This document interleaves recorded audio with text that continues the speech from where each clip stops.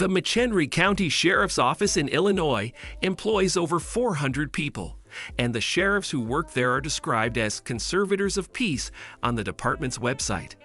No doubt, officers come across some strange situations on the job, but one sheriff at the department was about to go home with a story that he'll be telling for years to come.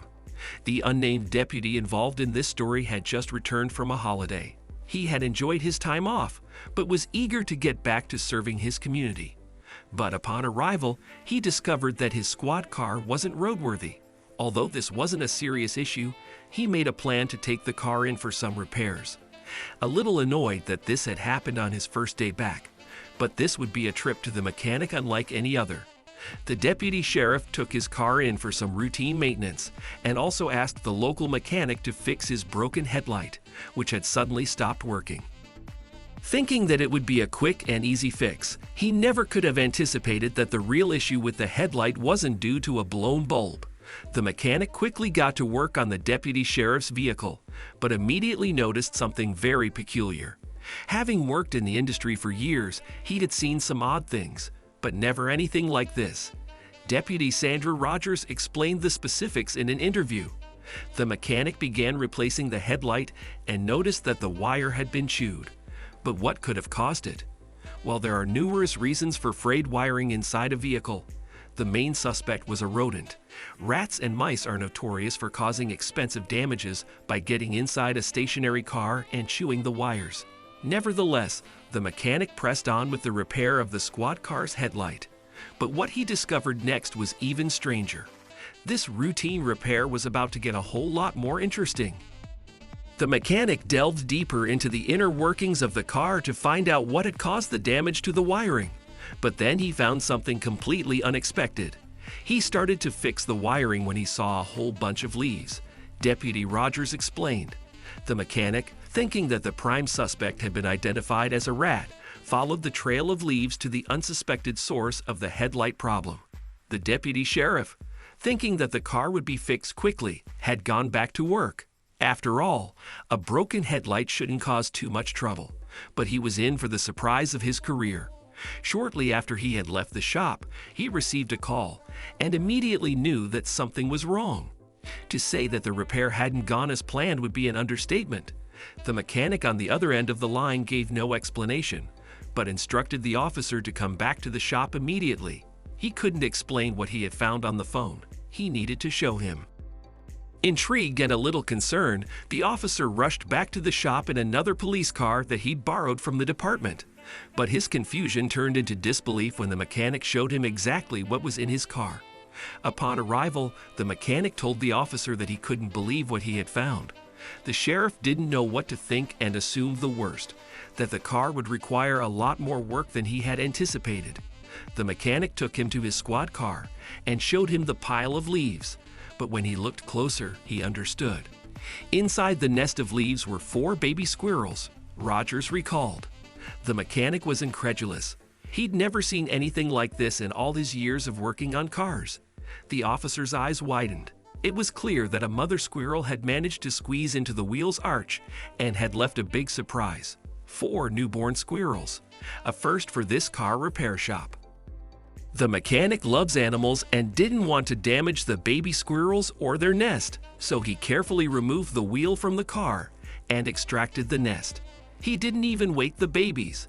They were all in perfect condition and sleeping soundly when they were removed by the mechanics, said Deputy Rogers. What was to be done with the babies now that they'd been found? The nest was in the officer's car, so it was his responsibility. It was really cute because their eyes were still closed and they were all tucked in a circle, shared Rogers. After the squirrels were removed from the vehicle, the deputy took them home with him. He wasn't planning on raising the squirrels, he wanted to try and reunite them with their mother. He put the sleeping baby squirrels and their nest in a box, and he put it in the exact spot that his squad car had been parked before going to the mechanic. The deputy gently put the cardboard box on the ground and left the babies just like that with only a hot water bottle to keep them warm while he waited. He prayed that the mother squirrel was still nearby. But as the hours passed, he grew increasingly worried that he had made the wrong decision. A long hour took forever to pass before he finally caught glimpse of a squirrel coming to investigate the box on the ground. She just couldn't stay away from the cries of her hungry babies calling for her. She checked inside and then firmly gripped one baby by its neck and took it away with her. But she didn't come back. For another few hours, the deputy waited patiently. He knew exactly what had happened. I believe once she picked the first one up and knew the others were safe in the box, she waited until it got dark to get the rest, as she must not have felt safe moving them in daylight, he said. Sure enough, as the sun lost its hold on the world, she returned for another, and then another until they were all back where they belonged. The officer was afraid he might have disturbed or contaminated the nest and that the mother might not return. But nature is a beautiful thing. The mother squirrel returned to the spot she had left her nest of babies, gathered them up one by one, and took them to a new home, hopefully a safer one.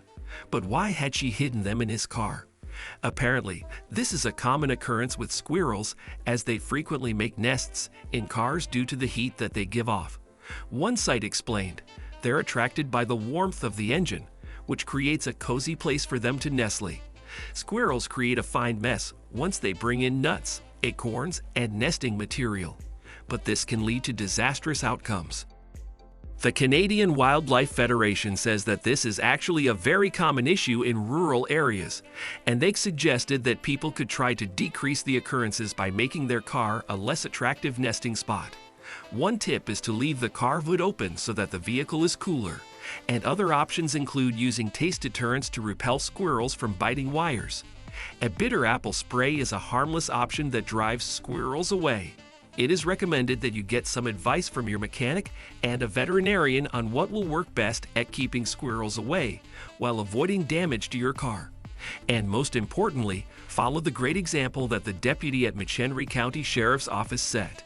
Squirrels might be irritating at times, but the deputy at the MCSO showed a value that all police officers and all civilians should have, which is showing concern for other beings. If he hadn't found them in time, this story could have ended very differently.